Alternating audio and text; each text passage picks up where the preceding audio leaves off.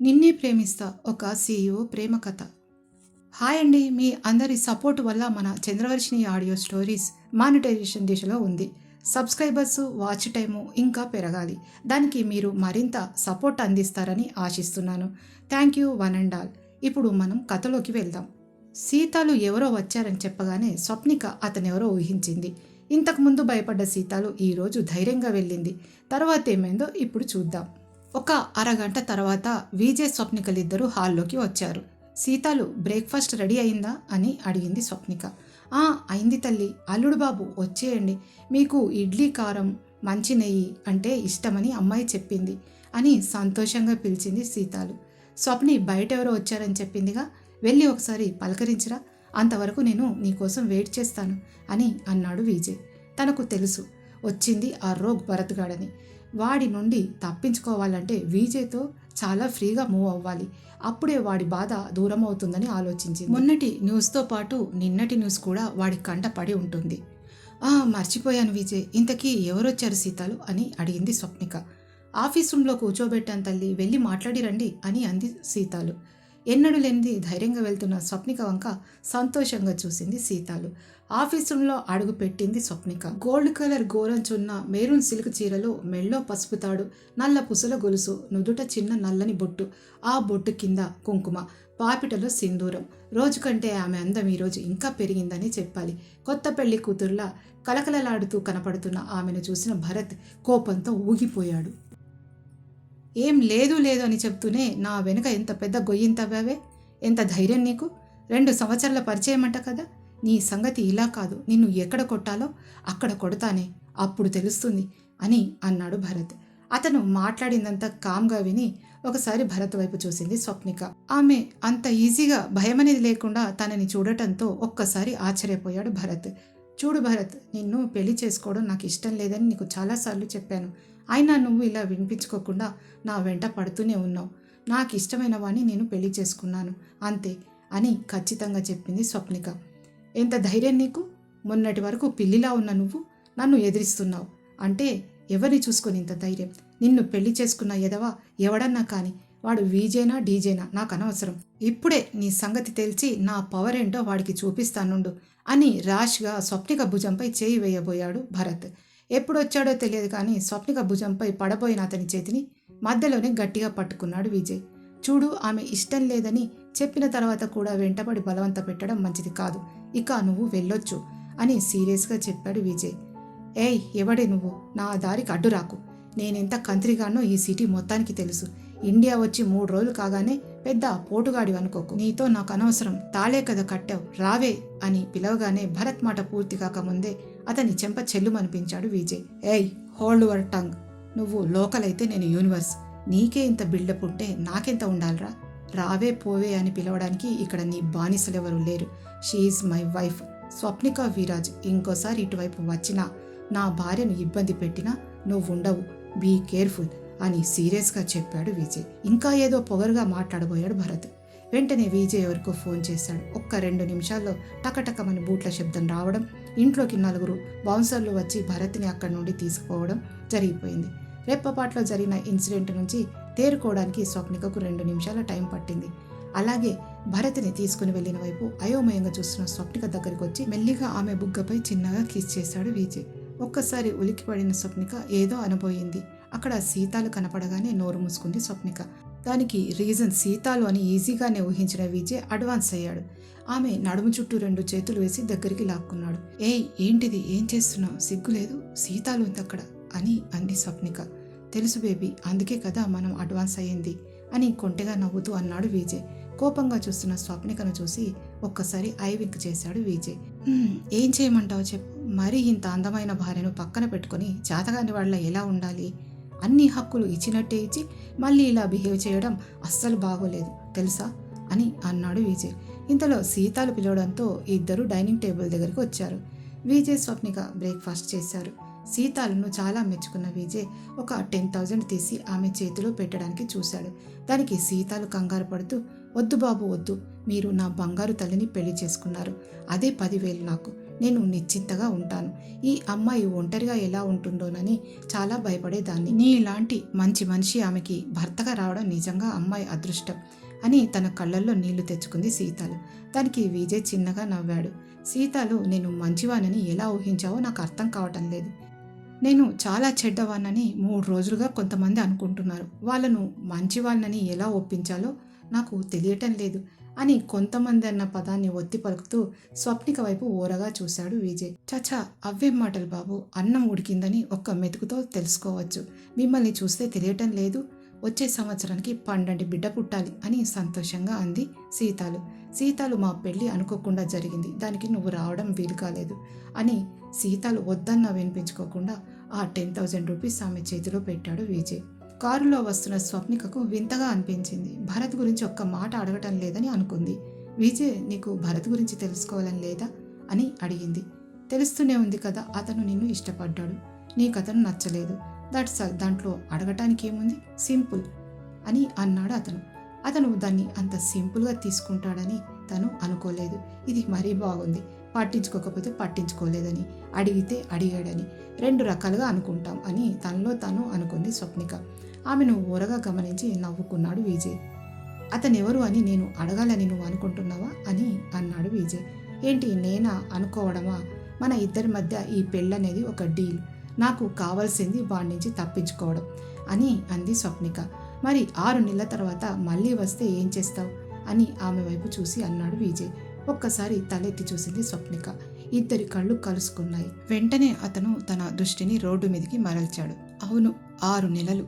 కలలా వచ్చి కలతలు రేపి కనుమరుగయ్యే క్షణం కన్ను మూసి తెరిచేంతలో కళ్ళ ముందు కదలాడగానే ఎందుకో అది తలుచుకోవడానికే గుండె బరువెక్కుతుంది. 2 మూరల పసుపుతాడు, 2 బిళ్ళలు మెల్లో పడగానే మనసు మాట వినకుండా ఎన్ని రకాలుగా ఆలోచిస్తుందంటే దానికి కారణం ఒక్క రాత్రి గడపడం వల్ల ఇద్దరి మధ్య అనుకోని అనుబంధం ఏర్పడిందనా, లేక కావ్య అన్నట్టుగా విజయ్ రాకముందే ఆటోమేటిక్గా అతన్ని చూడకుండానే ప్రేమలో పడిందా?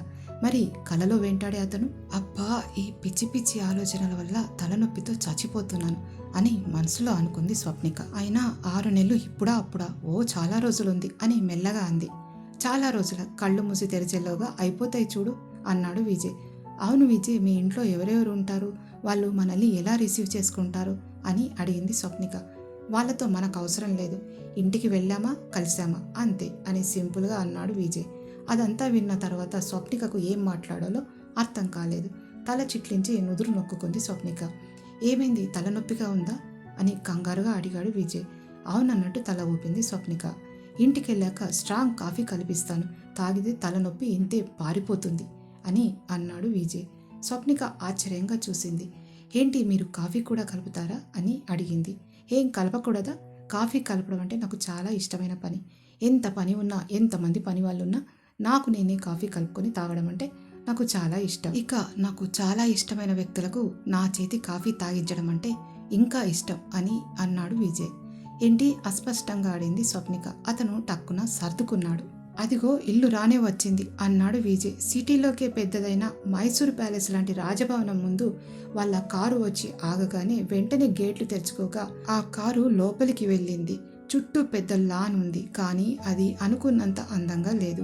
కొన్ని అనవసరంగా పెద్దగా పెరిగి, మరికొన్ని విరిగి, కొన్ని పూలు లేక, కొన్ని మోడు వారిపోయి, ఒక పద్ధతి లేకుండా పెరిగి తనను పట్టించుకునే వాళ్ళెవరూ లేరే అని దీనంగా కనిపించాయి. ఇంత పెద్ద ఇంటికి తోటమాలి లేడా అని ఆశ్చర్యంగా అనుకుంది స్వప్నిక. అప్పటికే విజయ్ వాళ్ళు వస్తున్నట్టుగా మల్లికకు ఫోన్ చేయడంతో అందరూ ఆదుర్దాగా ఎదురు చూస్తున్నారు. హారతి ఇవ్వడం, కుడికాళ్ళు లోపలికి పెట్టి రావడం అంతా జరిగిపోయింది. ఆ ఇల్లు చూసిన స్వప్నిక కళ్ళు తిరిగినంత పనైంది. విజయ్ బిలియనియర్ అన్న సంగతి తెలిసిందే. ఇంద్రభవనం లాంటి ఆ ఇల్లు ఎటు చూసినా ఐశ్వర్యం కనబడుతుంది. గ్రానైట్తో మిలమిలా మెరిసిపోతున్న ఫ్లోరు, తెలుపు బంగారు రంగు కలయికతో పిఓపితో చేసిన నున్నని గోడలు, రూఫ్, ఆ రూఫ్కి అక్కడక్కడ పెద్ద పెద్ద జూమర్లతో వెలిగిపోతున్న లైట్లు వేలాడుతున్నాయి. సావిత్రి, లగేజీ తీసుకెళ్లి బాబు రూమ్లో పెట్టు అని చెప్పింది రవళి. అమ్మ, లగేజీ అంటూ ఏమీ లేదు, తర్వాత వస్తుంది అని అన్నాడు విజయ్. అందరూ ఆశ్చర్యంగా చూశారు. కరెక్టే, సడన్ మ్యారేజ్ కదా. వావ్ విజయ్, నువ్వు ఏది చేసినా వెరైటీగా చేస్తావు అని అంది దీప.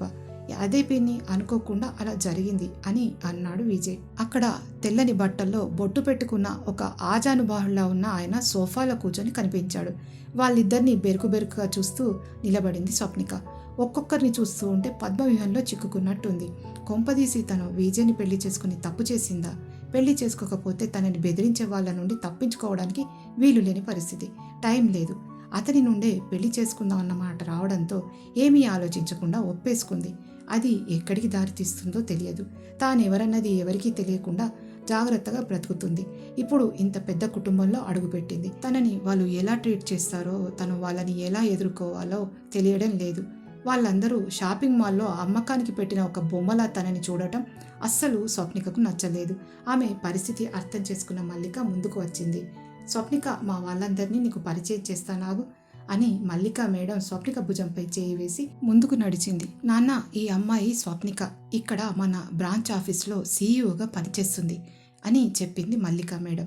సరిపోయింది. ఇప్పటికే కొంపను చూసుకునే ఆడదిక్కు లేదని అందరూ ఫీల్ అవుతుంటే మరో సీఈఓ కోడలిగా వచ్చిందన్నమాట అని అంది దీప. కృష్ణమూర్తి రవిచంద్ర కళ్ళజోడును సరి చేసుకుని ఆమె వంక చూశారు. స్వప్నిక, ఈయన మా నాన్నగారు కృష్ణమూర్తి రవిచంద్ర, అంటే విజయ్కి తాతయ్య, మన కంపెనీ ఫౌండర్. ఈవిడ మా వదిన రవలి, సిటీలో పేరు మూసిన పెద్ద డాక్టర్, విజయ్కి అమ్మగారు. ఇక ఈ కంపెనీని 5 సంవత్సరాల క్రితం విజయ్కి హ్యాండ్ ఓవర్ చేసింది మా అన్నయ్య రమేష్ రవిచంద్ర, విజయ్ వాళ్ళ నాన్న అని చెప్పగా అందరి కళ్లకు దండం పెట్టారు ఇద్దరు. రమేష్ రవిచంద్ర ఎక్స్రే కళ్ళు స్వప్నికను మీది నుంచి కిందికి స్కాన్ చేశాయి. ఆయన ఒక్క మాట కూడా మాట్లాడలేదు.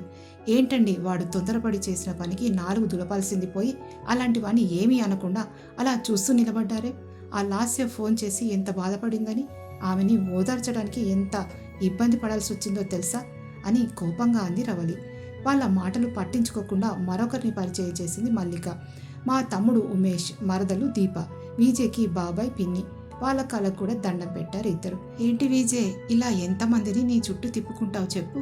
నేనైతే నువ్వు ఆ లండన్ నుండి ఆ యామిని పెళ్లి చేసుకొని తీసుకొస్తావని అనుకున్నాను తెలుసా అని మెల్లిగా నిప్పంటించింది దీప. దీప మాటలకు అందరూ ఒక్కసారి ఉలిక్కిపడి స్వప్నిక వైపు చూశారు. ఇంతలో అక్కడికి ఫాస్ట్గా అన్నయ్య అంటూ ఒక 18 years అమ్మాయి వచ్చి విజయ్ను పట్టుకుంది. విజయ్ ఆమెను దగ్గరికి తీసుకున్నాడు. వావ్, సూపర్ వదిన. అన్నయ్య, మా వదిన చాలా అందంగా ఉంది అని స్వప్నికను పట్టుకుంది. హాయ్ అత్త అంటూ ఆ అమ్మాయి మల్లికను కూడా దగ్గరికి తీసుకుంది. స్వప్నిక, ఈ అమ్మాయి పేరు సింధు, మా అందరికీ ప్రాణం, నీకు మరదలు అని పరిచయం చేసింది మల్లిక. స్వప్నిక ఆమెను పట్టుకొని దగ్గరికి తీసుకుంది. అందరూ మాట మార్చిన స్వప్నిక బ్రెయిన్లో యామి అన్న పేరు మాత్రం సేవ్ అయిపోయింది. సరే, కోడలితో దేవుని దగ్గర దీపం వెలిగించు రవలి, తీసుకెళ్ళు అని అన్నారు కృష్ణమూర్తి రవిచంద్ర. ఇంటి ఆడవాళ్ళందరూ కలిసి రాగా స్వప్నిక దేవుని గది దగ్గరికి వెళ్ళి అక్కడ దీపం వెలిగించి వచ్చింది. సింధు, వదిన్ని తన గదిలోకి, అదే అన్నయ్య గదిలోకి తీసుకెళ్ళు అని మల్లిక చెప్పగానే స్వప్నికను వెంట తీసుకుని వెళ్ళింది సింధు. పరిసరాలు చుట్టూ చూస్తున్న ఆమె వెనుక నడిచింది స్వప్నిక. ఇల్లు మొత్తం చాలా అందంగా సినిమా సెట్టింగ్ లాగా ఉంది. ఎటు చూసినా కళ్ళు చెదిరిపోయేంత అద్భుతంగా ఉంది. విజయ్ చాలా రిచ్ అని అనుకోవడం వేరు, దాన్ని కళ్ళారా చూడటం వేరు.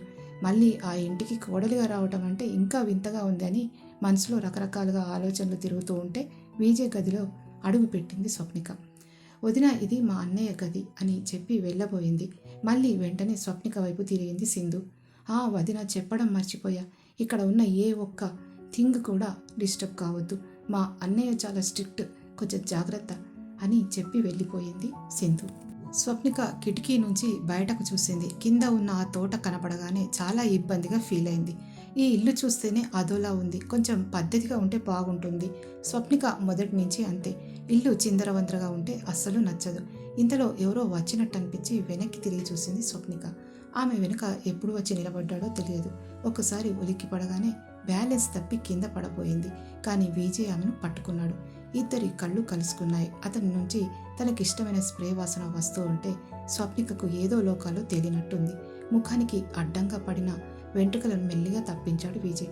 ఆమె అణువణువులో కరెంటు పాస్ అయినట్టు ఒళ్ళంతా ఒక్కసారి వణికింది. విజయ్ ముఖం చాలా దగ్గరగా చూస్తే ఎంతటి వాళ్ళకైనా మళ్ళీ మళ్ళీ చూడాలనిపించేలా ఉన్నాడు. అందమే కాదు, అసలు సిసలైన మొగాడు కూడా మురిపించి మైమరిపిస్తాడు. ఏంటలా చూస్తున్నావు అని అడిగాడు విజయ్. ఒక్కసారి ఉలికిపడి సర్దుకుంది స్వప్నిక. ఏంటా, మీ ఇంటి మనుషులను ఎలా అర్థం చేసుకోవాలా అని ఆలోచిస్తున్నాను అని అంది. అర్థం చేసుకోవడానికి ఏముంది, అందరం 2 చేతుల సంపాదిస్తున్నాం, ఇంకేం కావాలి అని అన్నాడు విజయ్. లైఫ్ అంటే సంపాదించడమేనా, ఇంకేం ఉండదా అని స్వప్నిక అడిగింది. ఎవరో చెంప మీద చెల్లుమని చర్చినట్టు అనిపించింది విజయ్కు. ఇంతలో డోరు శబ్దం కావడంతో తలెత్తి చూసిన ఇద్దరు డోరు దగ్గర ట్రేలో కాఫీ సరంజామా కప్పులు తీసుకుని వచ్చి కనిపించింది సావిత్రి. విజయ్ అలా స్వప్నికని కౌగిలించుకొని ఉండటం చూసి కళ్ళు పెద్దగా తెరిచి చూసింది సావిత్రి. విజయ్ ఏమాత్రం భయపడకుండా ఏంటన్నట్టు చూశాడు. స్వప్నిక అతని నుండి కొద్దిగా దూరం జరిగింది. విజయ్ బాబు, కాఫీ మీరు కలుపుతారా, నన్ను కలపమంటారా అని అడిగింది సావిత్రి. నేనే కలుపుతాను, అక్కడ పెట్టి వెళ్ళు అని అన్నాడు విజయ్. గబుక్కున ఆ ట్రే టేబుల్ పైన పెట్టి కంగారుగా అక్కడి నుంచి వెళ్ళిపోయింది సావిత్రి. 2 కప్పుల్లో కాఫీ పొడి, పంచదార పొడి వేసి ఫ్లాస్క్లో ఉన్న వేడి పాలను ఆ కప్పుల్లో పైనుంచి ఎత్తిపోశాడు విజయ్. నురగ రాగానే ఒక కప్పును తను తీసుకొని మరో కప్పు స్వప్నిక చేతికి ఇచ్చాడు విజయ్. కాఫీ తాగిన స్వప్నిక చాలా హ్యాపీగా చూసింది. వావ్, సూపర్, మార్వలెస్, టేస్ట్ చాలా బాగుంది విజయ్ అని మెచ్చుకుంది స్వప్నిక.